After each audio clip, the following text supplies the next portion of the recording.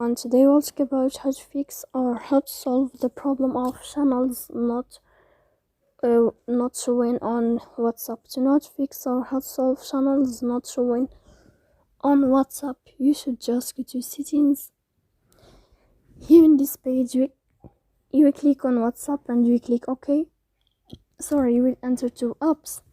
Then here in this list, you will search about WhatsApp.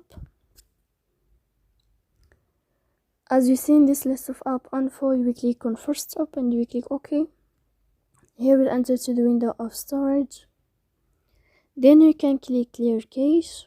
Don't click clear detail because that can cause the errors in your app. In the end, you can turn off your phone and you can wait a moment to turn on your phone again.